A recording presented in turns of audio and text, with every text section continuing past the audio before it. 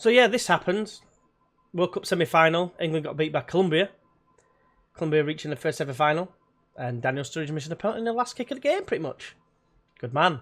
But that's not the worst of it. No, this is the worst of it. USA, who in real life didn't even qualify, won the World Cup by beating Colombia on penalties.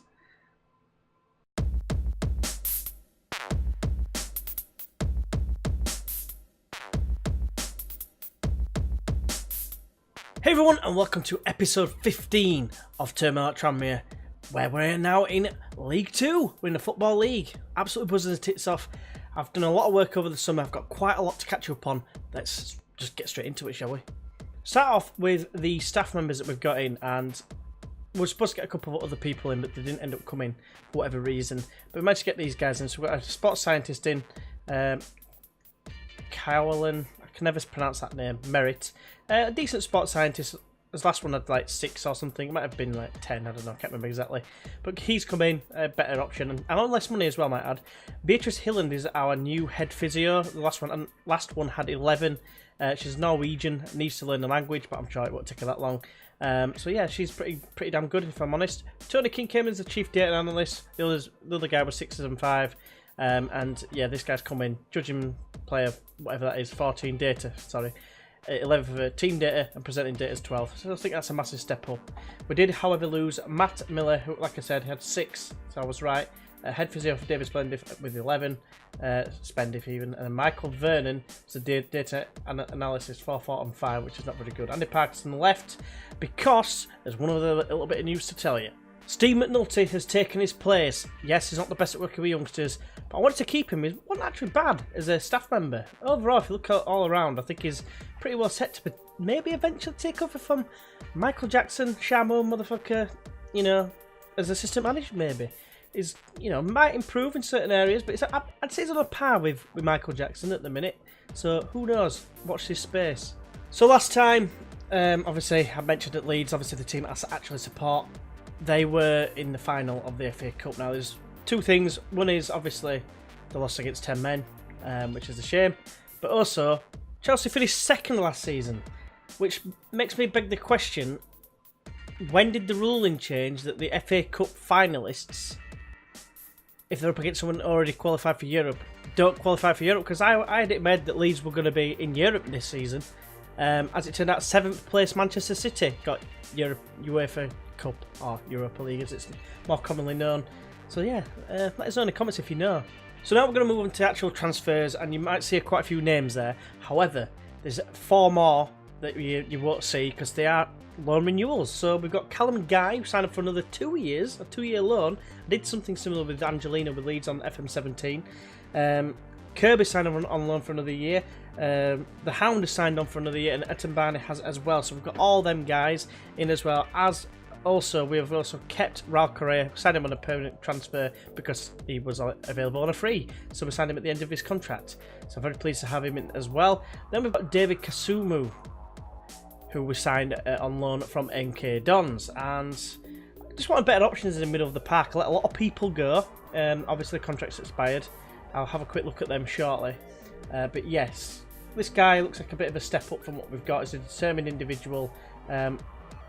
Passing and tackling decent. I thought it was a good box-to-box option. As you can see here, it's a full circle, and he can do a job in quite a number of positions. So that's why I got him in, mainly for his versatility. Then we've got Sessegnon. What a guy. Not the good one, though. It's his twin brother, Steven Sessegnon. Not Ryan Sessegnon, Steven Sessegnon. Rapid. And not much else, but, it's a better option. And look at that, 4.5-star rating. This guy's on nothing as well from Fulham. No pounds a week, so absolutely buzzing. Can play either foot, both sides, and the middle if needs be. He's not the tallest, 5'9", so probably be rare that I'll put him in the middle of the pack. It really would be a massive injury hit crisis that would bring us to that. But yeah, very happy to have him in for the whole season. You've already seen Raul Correa, but next we've got Isaac Christie-Davis. And this guy, I brought him in as like a backup and a bit of an understudy. He's on a rotation contract at £300 a week.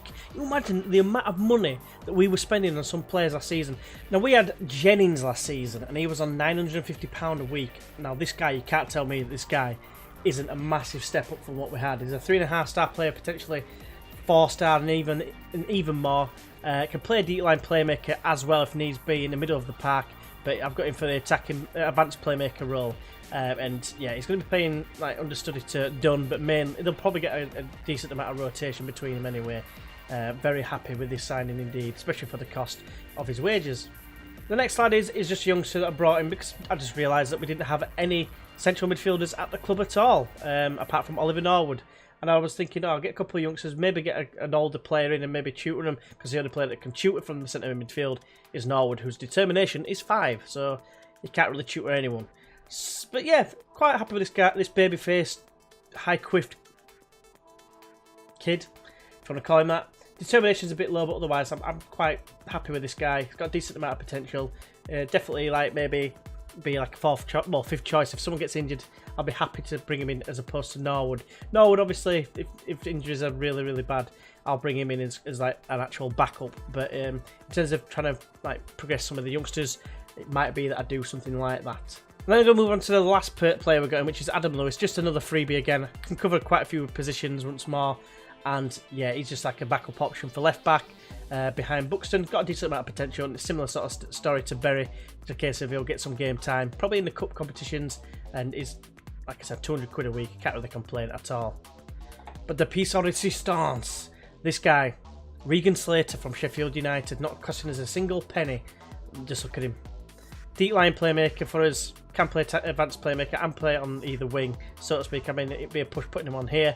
Yeah, I've mainly brought him as first choice deep line playmaker, 4.5-star player, potential to improve even more. Absolutely buzzing to have this guy in. Just look at his mentals and his technicals, to be fair. Very, very impressive. Going into the outs, for some reason it's not showing all the players that got released. Not entirely sure why, but yeah, you'll see the squad shortly and half of them out there. But these are all the players that have gone out. It's mainly the loanies that have gone out, and then George Waring went on a free. Other than that, all the other players that you might have just seen in the team sheet before are not here anymore. So like your Cook's gone, your Elliot Rocker's gone, etc, etc. There's the midfielders, Wallace, he was just too injury prone. Also went was Jeff Hughes. A lot of the experienced players, but they're on a hell of a lot of money. Obviously, of course, we did lose McNulty. He's on, I think, less money being a coach as well, so we've lost that. I want to mention at this point the finances, and this has been largely due to friendlies, which I will show you shortly, but the finances here, you can see weren't really down here. Then a combination of season tickets and a couple of games against high-profile teams have really got us nearly back to a level playing field. We're nowhere near spending enough. Wage budget's £46,259 a week. We are only spending £21,322. I'm going to try and keep it as low as possible. I haven't hardly spent a penny. Like I said, the only player I think I've signed of note is Correa. I do have the money available should I need it. Like I'm hoping, because we've scored a lot of goals, that we won't need to bring in another striker, but we'll have to wait and see. But that is indeed that at this moment in time. So I'm very happy with what's happened there. Just going to move on to the board because we asked for a few things. We asked for a senior affiliate, and once again it got cancelled. Just don't seem to be able to find a senior affiliate. We did get another affiliate club though, which was Stalybridge, which they've got half decent training facilities. The other club that we had on there, I can't remember who it was, something beginning with C, Camembert or something it was. That relinquished because we didn't use them at all. So I've started to use them to send some players out to get some game time. It's all the players that I'm probably not going to use, if I'm honest with you. The youngsters that got promoted. I also asked for another coach, which I don't know why it's not showed up unless it was a previous year and I forgot to look. But this is a guy I brought in, Chris Nurse, a Guyanese guy. Don't know why that made me laugh, but anyway. But yeah, he's worked in like the United States and Guyana. So yeah, this guy is obviously, he looks decent, doesn't he? And I thought it's another coach to bring in, someone else. I wanted someone who could do ball control, so mental and technical are the correct attributes for that particular role. So I'm very happy to bring him in and take a little bit of the workload off some of the other managers, the other coaches as well. So very happy to have him in. Just quickly looking at the overalls, and you can see for yourself here, we're not far off in terms of the top of the scale. Goalkeeping, defense somehow, well, as first team goalkeeping coach isn't the best, but it's decent. But we're second. We're 10th for the defending coach, and so that's something we might look to work on, and 10th for the man management, but it's not too bad. Judging ability, we've got 13s and 14s across the board now because I replaced one of the scouts.